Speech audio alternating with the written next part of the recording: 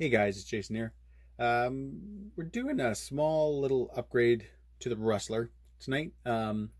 Usually I wouldn't put a battery in an upgrade video, but since the chassis on the Rustler was so small, none of the 3S lipos I had fitted. I had a couple of 2S that did, but since I want to drive this also, I wanted something with a little bit more punch, so I decided to pick up a new 3S that just for this truck. It's a Gens Ace 5000. It's a hard case. I kind of went with this spec because knowing that I'm going to be, in a sense, jumping this truck a lot and, kind of putting it through its paces, I wanted a 3S. I wanted a hard case, but I also didn't want a giant 3S hard case that was going to weigh a ton either. I want to get the best performance out of it I can. So again, it's just a Gens Ace 5000 hard case, 50C. I've never seen this before. Maybe it's new, maybe all lipos are coming, but that's just the way the balance connector is. It's got this little plastic plug on it. I guess it's just, I don't know, I guess it's going to be better when you're trying to pull it out of the balance port and stuff like that, but I thought that was pretty neat though. It's nice. It's a nice looking battery. And guys, I also picked up, this was kind of a sort of an impulse buy while I was buying the battery. I buy some of my stuff from Great Hobbies here in Canada, and if you get $100, you get the free shipping type thing. So I picked these up. They're for the Slash 4x4 as well as the Stampede.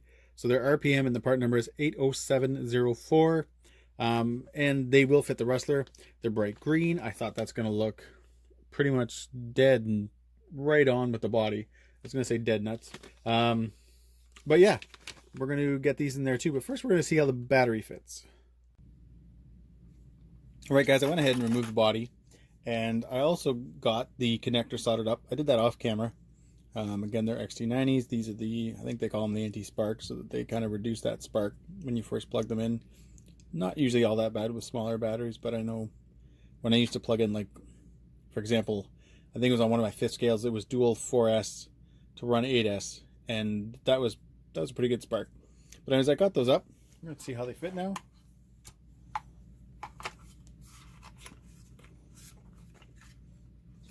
Definitely nice and snug.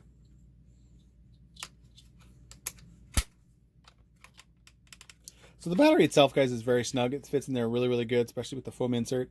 You can see there's a little bit of wiggle room with the battery, the actual clamp itself. But I mean, I don't think you would, I don't think you'd really, well, I guess you could put a little bit of foam in there, but it definitely sits snug, so it's not going anywhere. Let's power it up.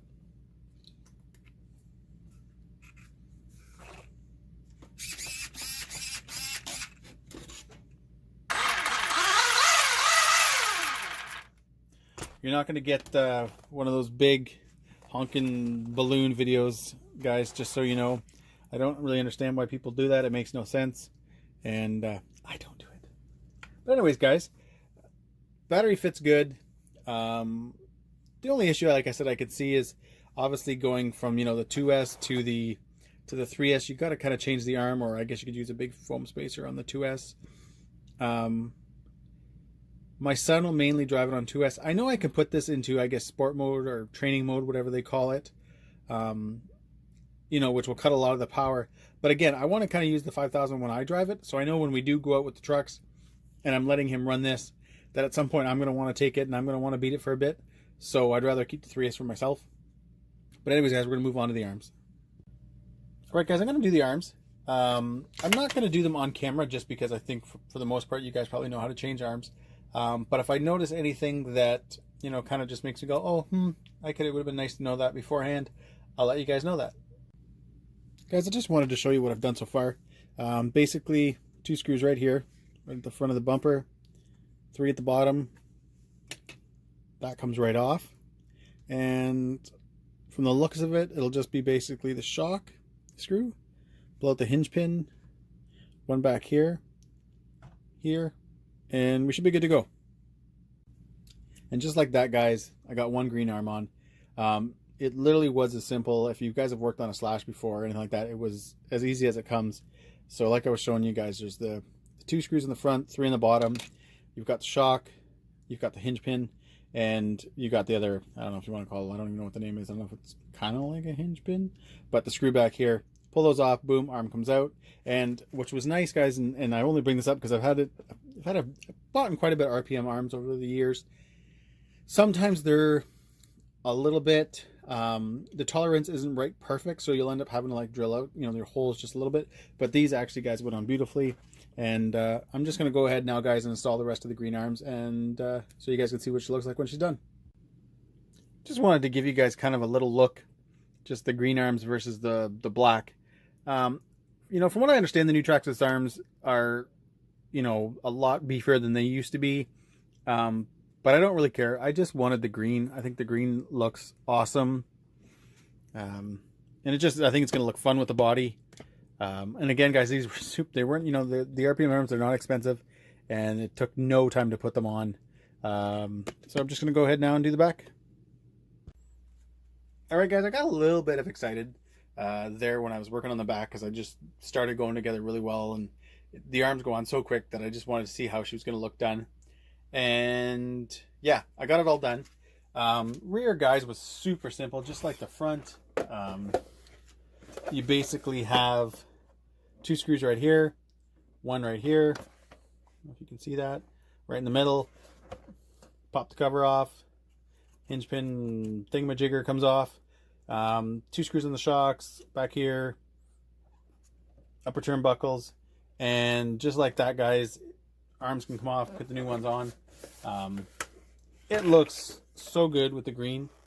You know, I usually try to play it safe with, you know, colors and stuff. I try to, you know, I usually, how do I say this?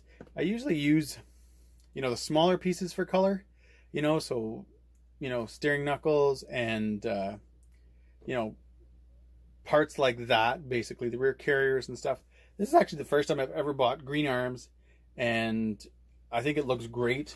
You know, it's nice because they're going to be adding strength, adding durability, making it a little bit tougher, but at the same time, hey, you know what? It gave me a little bit of looks, which is also cool too. They're not expensive parts. And that's, you know, when you're doing something like this, it's what you kind of want. You want to be able to use your money. You want to be able to use your money and kind of get a little bit of both. If you can get looks and durability, hey, that's great.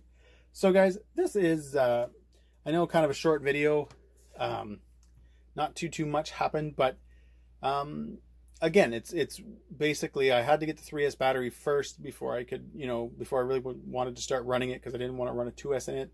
And while I was doing the battery, I thought, hey, you know what, for not a lot of money, I can grab the arms. I can get those installed too. But I mean, I've got plans for it. Obviously, wheels and tires will be coming hopefully soon. I haven't had the best track record with Traxxas tires, so I'll be upgrading to a set of Pro lines. But yeah, guys, hopefully tomorrow I'll be able to get this thing out and start ripping it around. All right, guys, have a good night. Thanks for watching.